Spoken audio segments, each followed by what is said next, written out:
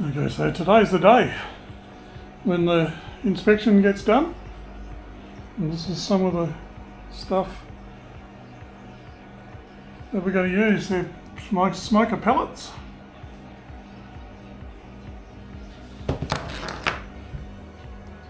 That's a smoker, some gloves, a working surface. We'll see about that in a minute.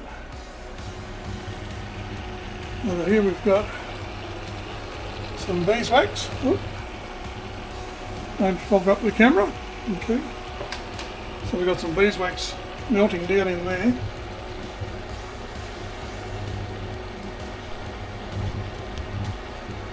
There we go. And when that's fully melted, we'll see what's got to happen then.